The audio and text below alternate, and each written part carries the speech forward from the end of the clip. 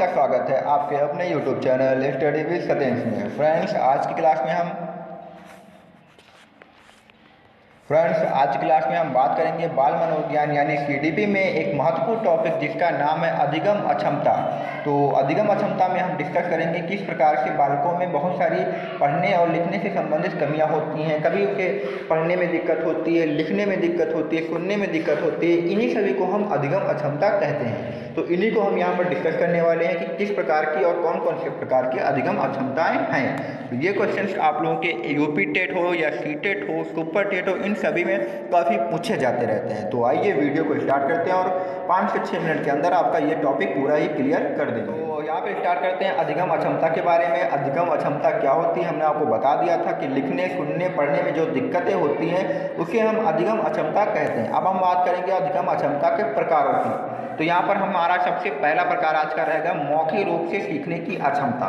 ठीक है, तो जो बिना कॉपी पेन के हमारा जो सीखने की जो रुचि होती है उसे हम मौखिक कहते हैं। ठीक है, मौखिक अधिगम कहते हैं। मौखिक का मतलब आप समझ जाइए कि बिना कॉपी पेन के, यानी ऐसे ही जो सिखाया जाता है बोल बोल के, उसे हम मौखिक रूप से सीखने वाला अधिगम कहते हैं। अब इसमें जो हमारी अक्षमताएं होंगी यानी जो कमियां होंगी वो हमारी कहते हैं उसे अफेजिया कहते हैं या डिस्फेजिया कहते हैं।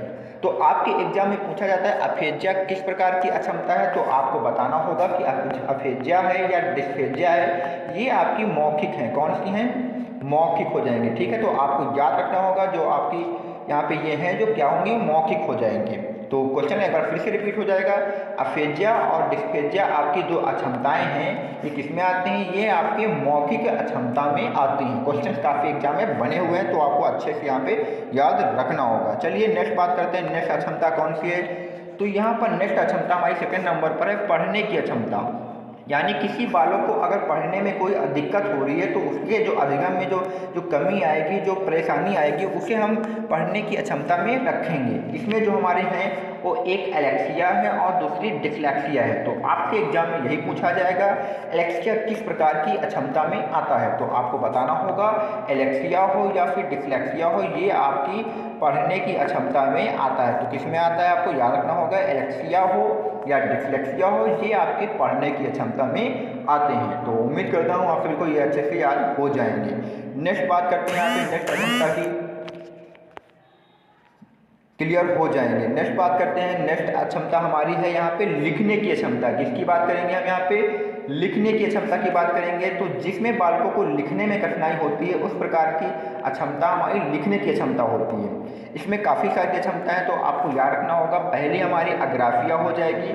अग्राफिया लिखने की क्षमता है। दूसरी डिस्ग्राफिया, ये काफ़ी इंपॉर्टेंट एग्जाम में पूछी जा चुकी है। डिस्ग्राफिया किस प्रकार की क्षमता है? तो आपकी हो जाएगी लिखने की क्षमता हो जाएगी। अगली बात करें तो अप्रैक्सिया हो जाएगी, असिम्बोलिया हो जाएगी, डिस्प्रैक्सिया हो जाएगी। ये सभी जो हमारी 5 अक्षमताएं यहाँ पर दी हुई हैं ये आपकी सभी लिखने से संबंधित अक्षमताएं हैं।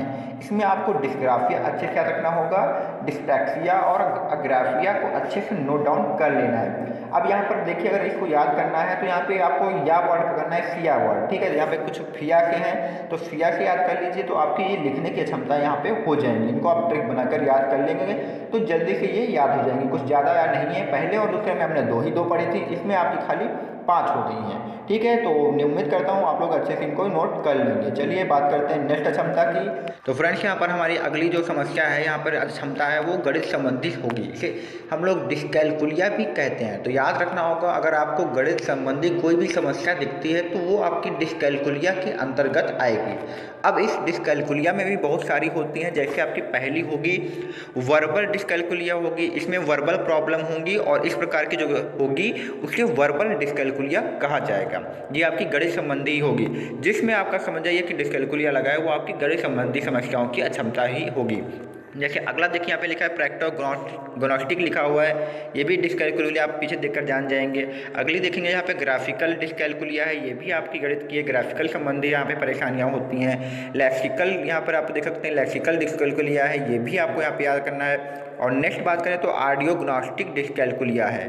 तो ये सभी जो आपकी हैं गणित संबंधी समस्याओं के लिए अक्षमताएँ हैं, इनसे आपकी सभी गणित संबंधी परेशानियां निकल कर आती हैं। तो आपको मोटा मोटा याद रखना होगा कि जितनी भी गणित की समस्याएं होंगी वो डिस्कैल्कुलिया के अंदर आएंगी। तो इसी के साथ हमने सभी अक्षमताएं जो कि थी हमारी 4, इनको क्लियर कर लिया है। तो उम्मीद करता हूँ आप सभी को ये वीडियो अच्छे से क्लियर हो गया होगा। अगर वीडियो पसंद आया तो प्लीज़ चैनल को लाइक, सब्सक्राइब और दोस्तों में शेयर करें।